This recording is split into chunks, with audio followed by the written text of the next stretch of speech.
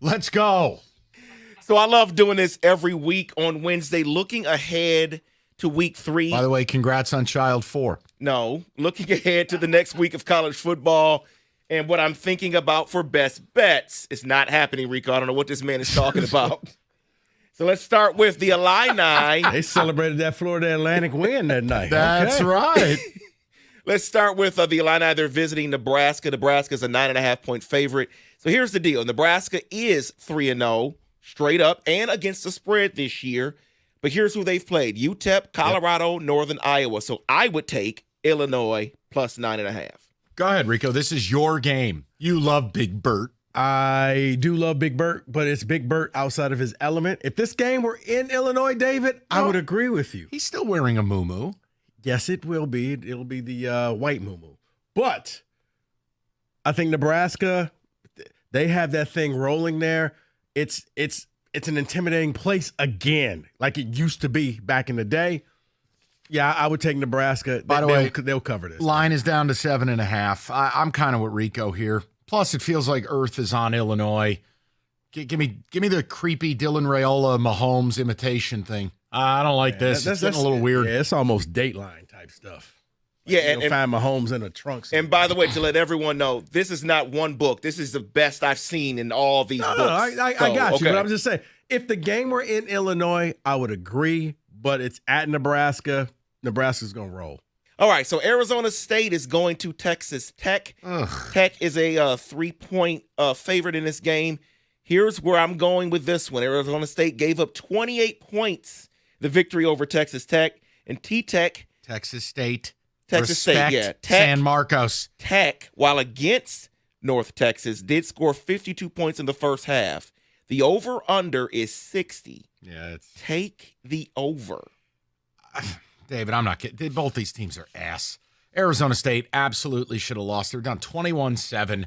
I mean, Texas State, a fumble, blown cover, just ridiculous. I'm sorry.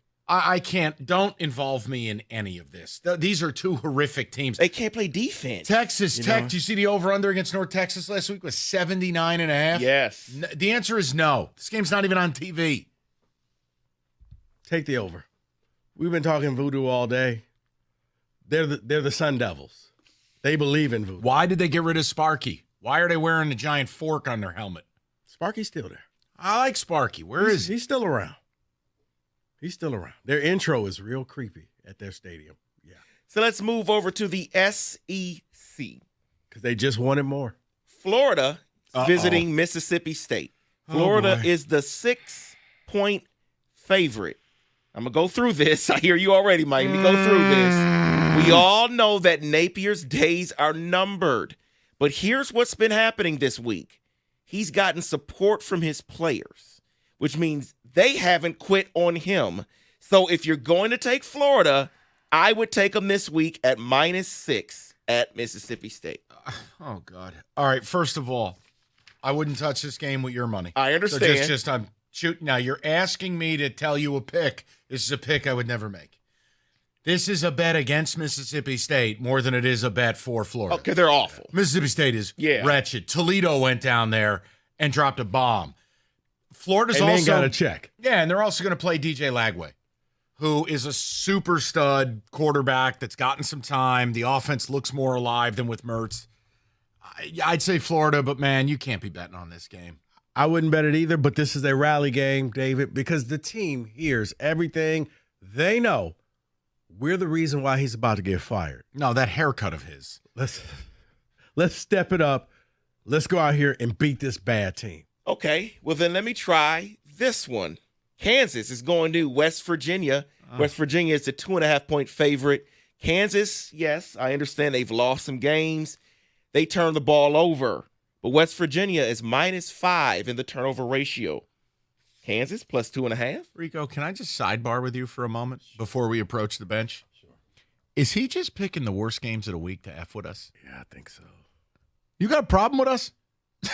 Next, Not at all. Next, he's going to break down Villanova, Maryland. There is no scenario. Both these teams are radioactive. I mean, Jaden Daniels can't stop turning the ball over for Kansas. They don't look the same without Kodal Nicky. And with West Virginia, they're just bad. I mean, they absolutely blew that game against Pitt. They got their doors blown off by Penn State. This game is a no. No. Hold on. Another sidebar. Did you realize both teams are 1-2? Yes. Okay. Yes. All right. Yeah, I guess I would just go Kansas in the points. Better uniform. Yeah. Come on, David. Give me a game I got a big opinion on here. I'm going to give you USC minus 6.5 at Michigan. So here's the deal.